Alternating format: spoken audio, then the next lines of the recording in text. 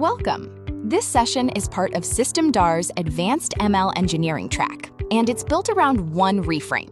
Cross-validation is not ground truth. It's an estimator. And like any estimator, it has its own bias and its own variance. That's the crossing curves graphic you see on screen. As the number of folds, k, rises toward n, the bias of the cross-validation estimate falls, but its variance rises. Everything we cover in the next 15 to 20 minutes is really just this one trade-off, applied to a real decision. When should you use leave one out cross-validation, and when should you use k-fold? By the end, you'll have a concrete framework for making that call based on your dataset size, your model stability, and your compute budget, not just on habit. Let's start with why this choice actually matters.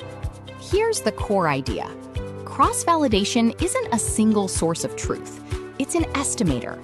Every CV scheme trades off bias, which is a systematic over- or underestimate of the true error, against variance, which is how much that estimate would swing if you resampled your data. Pick the wrong scheme, and you're not just measuring your model poorly, you're actively choosing the wrong model. The key insight on this slide: leave one out cross-validation, where k equals n, has almost zero bias. But its n resampled training sets are nearly identical to one another, so the resulting scores are highly correlated. That correlation is what drives variance up, sometimes enough to dominate the very error the method is trying to estimate. Look at the numbers on the right. A full LOOCV pass on a 100,000-row dataset can cost roughly 10 times the compute of 10-fold cross-validation, for an estimator that, per Kohavi's classic 1995 study, is often the noisier choice for model selection. And nearly half of practitioners default to k equals 10 without ever checking whether their dataset size or their model stability actually calls for it.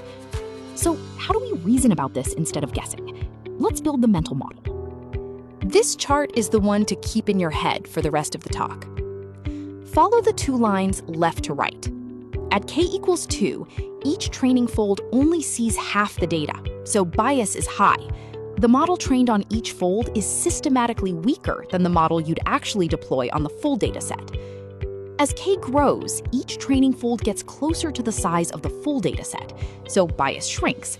And by the time you reach k equals n, LOOCV, bias is essentially zero. But look at the other line. As k grows, the folds also start overlapping more and more. At k equals n, every training set differs from every other training set by exactly one row. That means the n resulting scores are highly correlated with each other, and variance climbs sharply. On the right, the two cards formalize this. Bias is the systematic gap between the expected CV estimate and the true test error. Small training folds starve the model and inflate bias. Variance is how much the estimate would change on a different sample. Large K trains near duplicate folds, so results correlate and variance climbs. If you've internalized the bias-variance trade-off for model complexity before, this is the same idea, one level up, applied to the measurement process itself, not just the model. Now let's ground this in the actual mechanics of how your data gets split. On the left, 5-fold cross-validation, 5 iterations, each holding out 1/5 of the data. That's the highlighted block in each row, and training on the rest. Every row gets used for validation exactly once across the 5 iterations. On the right, LOOCV as the limiting case of the exact same idea. Instead of 5 folds, you have n folds, 1 per row. The dot grid represents individual training examples. Only one dot lights up as the held-out point at a time, and that single row validation set rotates through all n rows, one iteration at a time. This is the mechanical reason LOOCV's folds correlate so heavily. 2 consecutive iterations differ by exactly one swapped row out of what might be thousands. That near identical overlap is exactly what inflates variance on the chart we just looked at. A quick production warning here. Teams sometimes implement manual LOOCV with a plain Python loop, and it silently runs for hours because nobody did the O of n versus O of k arithmetic before kicking it off. Always estimate wall clock time before starting an LOOCV run on anything above a few thousand rows. Let's see this measured directly in code. This script does something specific. It doesn't just theorize about the bias-variance trade-off. It measures it directly by repeating the CV estimate itself across 20 reshuffled random seeds and looking at the spread of the resulting scores.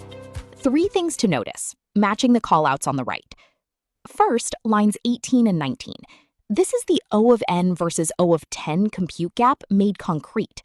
Cross-val score under leave one out fits the model once per row in the dataset. Under k-fold with 10 splits, it fits the model exactly 10 times, regardless of how large the dataset is. Second, line 22. Notice the explicit exception handling. CV pipelines that silently swallow a value error, say from a bad stratification split on a rare class, will return a nan-poisoned or partial score that looks like a valid but bad result. Failing loudly here is a small design choice with outsized production value. Third, and this is the real point of the whole script, line 26. By computing the standard deviation of the LOOCV scores and the standard deviation of the k-fold scores across 20 repeated experiments, we get an actual empirical measurement of each estimator's variance, not just a theoretical claim. Run this against a random forest on a mid-sized tabular dataset, and you'll typically see the LOOCV standard deviation land somewhere in the 5 to 8 times range of the k-fold standard deviation. That number is the empirical backbone for everything we cover on the next few slides. Now let's turn all of this into a practical side-by-side comparison. This is the slide people screenshot. Walk down the rows with me. Moving from LOOCV toward moderate k-values, bias and variance both generally trend downward, but compute cost tracks k directly, so there's always a cost side to weigh.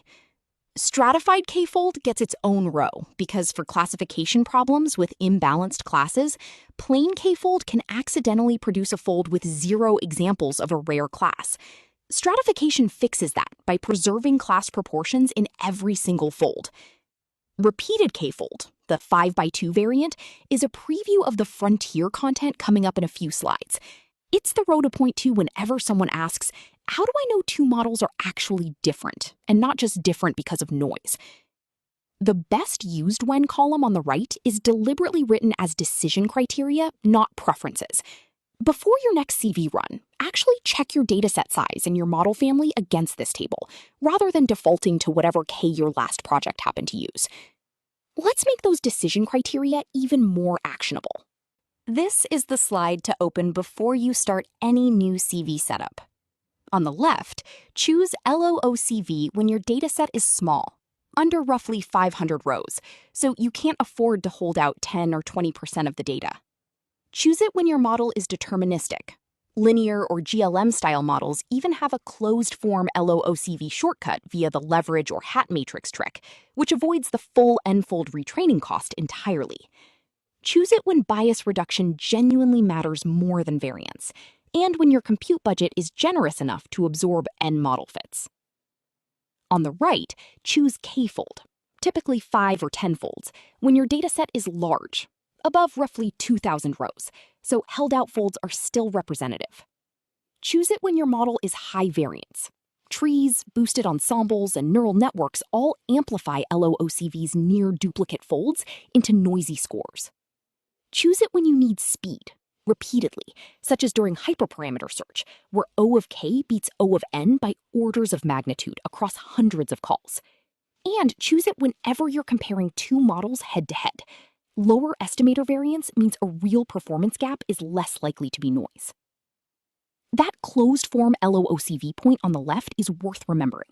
For linear models, you can compute the exact LOOCV error analytically in a single pass, without literally retraining n times. That's a case where LOOCV's bias advantage comes almost for free, which flips the usual compute argument against it. Take a second to mentally place your current project on one side of this slide or the other. Now let's ground all of this in a real citable benchmark. This is Kohavi's 1995 study, one of the most cited empirical comparisons in the field. The design? Run cross-validation and bootstrap estimators across multiple real datasets and multiple model families, and track how well each method's estimate matched the true held-out accuracy, variance of the estimate included, not just mean accuracy. The finding practitioners still cite today: Stratified tenfold cross-validation offered the best accuracy versus variance balance across the tested datasets, outperforming both LOOCV and lower fold schemes for model selection specifically, not just for error estimation. That's the direct lineage behind why Scikit-learn, Caret in R, and most AutoML frameworks default to k equals 5 or k equals 10. It's not an arbitrary round number. It's inherited from this benchmark. Two important caveats on the right. For genuinely huge modern datasets, millions of rows, the constraint often flips from statistical variance to wall clock time, so teams reasonably drop to threefold. And for time series or grouped hierarchical data, say multiple rows per user, none of the k-fold versus LOOCV framing in this deck applies unmodified. You need forward-chaining splits or group-aware folds, or you risk leaking future information or another user's data into training. Beyond simply picking a K, here's the idea that separates people who've internalized this from people who haven't. If nothing else from this talk sticks, let this slide be the one that does. A single k-fold run still gives you exactly one number, with no visibility into how much to trust it, which is the same problem we've been building towards solving this entire session. Two concrete patterns fix that, and both trade extra compute for a real estimate of the CV estimator's own variance. The first, Dietrich's 5x2 CV paired t-test. It runs twofold cross-validation 5 separate times with different random splits, then applies a specific paired difference test designed to avoid the inflated false positive rate that naive repeated CV significance testing produces. If you've ever declared one model better based on a CV score difference that turned out to be noise, this is the fix. The second, nested cross-validation for hyperparameter tuning. An inner loop tunes your hyperparameters. An outer loop scores the tuned pipeline on data it never touched during tuning. Skip the outer loop and your hyperparameter search can quietly overfit to the same folds you're using for final reporting, a subtle bias that plain k-fold alone cannot detect. It's more expensive, an inner loop multiplied by an outer loop of model fits, but it's the honest number. Let's compress everything into the heuristics you should actually walk away with. 5 heuristics and where each one came from. 1. CV error has its own bias and variance. Treat it as a random variable, not a fact. That's slide 3. 2. LOOCV minimizes bias, not risk. Near zero bias is real, but correlated folds can inflate variance enough to flip your model rankings. That's the code measurement from slide 5. 3. Default to 5 or 10-fold for most tabular work. That's Kohavi's benchmark from slide 8. 4. Let your dataset size and your model's variance actually drive the choice of K. That's the decision criteria columns from slide 7. 5. One number is never a verdict. Use repeated or nested CV before declaring a winner between two close models. That's the frontier ideas from slide 9. If you only take one of these 5 into your next project, make it number 4. Actually checking your N and your model's stability before defaulting to whatever K your last project used is the single highest leverage habit change from this entire talk. For anyone who wants to go deeper, here's where to look next. This slide is organized by format. The 2 books, The Elements of Statistical Learning and An Introduction to Statistical Learning, cover the same bias-variance material at 2 different levels of mathematical depth. ESL for the full derivation, ISLR for a gentler, applied version with code labs. The 2 papers are the primary sources for claims made earlier in the stack. Kohavi, 1995, for the 10-fold benchmark on slide 8, and Dietrich, 1998, for the 5x2 CV test on slide 9. And the 2 Scikit-learn documentation links map directly to the code we walked through on slide 5. If you want to keep learning after today, the badge at the bottom links back to the full course. Let's wrap up. Thank you. Let's recap in one line. Cross-validation is an estimator, not a fact. It has bias and variance, just like the model it's evaluating. LOOCV minimizes bias, but its correlated folds can produce dangerously high variance for unstable models. K-fold, typically 5 or 10, trades a small amount of bias for a large reduction in variance and compute cost, which is why it's the default for most tabular, non-time series work. Here's the question I'll leave you with, and where I'd like to open the floor. Which K would you pick for your next model, and why? Bring your dataset size, your model family, and your compute budget, and let's work through the decision criteria from slide 7 together, live. Thank you again. Happy to take questions.